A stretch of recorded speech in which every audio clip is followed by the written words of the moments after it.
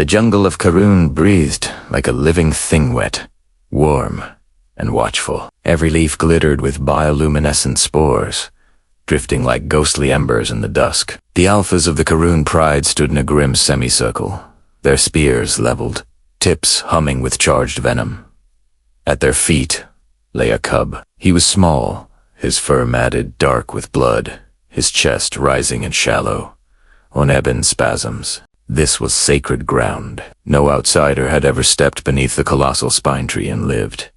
Except one. A human stood alone at the edge of the clearing. Her hands were raised, not in surrender, but empty, open. She was short compared to the towering Leonine Alpaz wrapped in a torn field jacket from the Galactic Relief Corps. Mud streaked her face. Her name was Mara Vance, and she had been warned. The Karun do not forgive, they do not forget, and they never allow strangers near their young. The first, Alpha Rakesh, stepped forward, his mane bristled eyes glowing a molten amber. His voice rolled like thunder. Human, one step closer, and your bones will feed the roots. Mara's heart hammered in her throat. Every survival instinct screamed at her to run. Instead, she took a step forward. "I'm a medic," she said, her voice trembling but steady. "Your cub is dying." A hiss rippled through the pride. Spears tightened. Rakesh bared his fangs. "We know." Mara shook her head. "No, you know, he will die if nothing is done." Silence fell. The cub whimpered, a thin, broken sound that made Mara flinch. She had heard that sound too many times across too many worlds. She took another step. The alphas surged forward, spears blazing. "Stop!" she cried, her voice cracking. Tears welled in her eyes. "I'm not here to take him. I'm not here to judge you. I'm here because he's afraid, and he's hurting, and he doesn't deserve to die alone." The alphas froze. Rakesh stared, confused not by her words, but by the raw emotion behind them. This human shook as if she might fall apart. "Leave," Rakesh said, his voice softer now. "His death is ours to bear." Mara looked at the cub. He was watching her. His golden eyes, dimmed by pain, tracked her every move. His tail twitched. Against all instinct, he reached one small paw toward her. That was when Mara broke. She ran, not away toward him. The spears moved as one.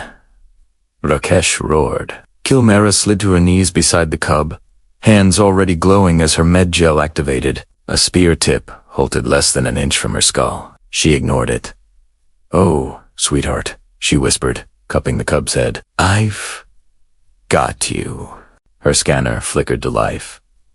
Internal bleeding, fractured spine, toxin saturation. Fatal, even by human standards. Mara's lips trembled. "I'm sorry," she breathed. Sick Newton, there was no saving him. The cub whimpered again, pain surging through his small body. Mara leaned closer, and then she did something no one in the pride had ever seen. She pressed a gentle kiss to the cub's forehead. It was soft, reverent, a promise without words. "I won't let you be afraid," she whispered. "I swear." The clearing went silent. The jungle itself held its breath. The cub's breathing slowed. His pain is not from medicine, but from warmth, from touch, from the presence of someone who stayed.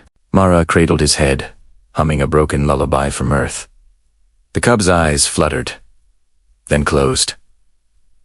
He exhaled once, and did not inhale again. Mara stayed there, tears sliding down her face, her hands trembling as she smoothed the cub's fur. "I'm so sorry," she whispered again. A long moment passed. Then another. The first alpha's spear clattered to the ground. Rakesh stared at the human, his massive hands shaking. He had watched his own die before, watched warriors hide their grief behind ritual and silence. But this human had shared it. One by one, the other alphas lowered their weapons. Akash approached slowly, his shadow swallowing her whole. She didn't look up. "I did everything I could," she said hoarsely. "If you need to kill me for this, I understand." Akash reached down. Instead of claws, A massive, trembling hand rested gently on the cub's back.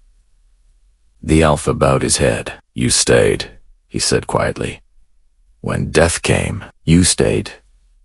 Mara finally looked up, her eyes red and raw. No one should die alone.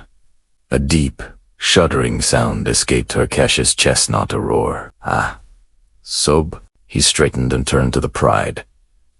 "Lower the spears," he commanded. "They are already lowered," another alpha replied. Rakesh faced Mara again. "Hume? Why?" She wiped her face. "Because pain doesn't belong to one species. Because kindness doesn't need permission. Because sometimes all we can do is love someone until the end." The alpha studied her, then placed a clawed fist over his heart. "You honored our cub," he said, "and in doing so, you reminded us what strength truly is."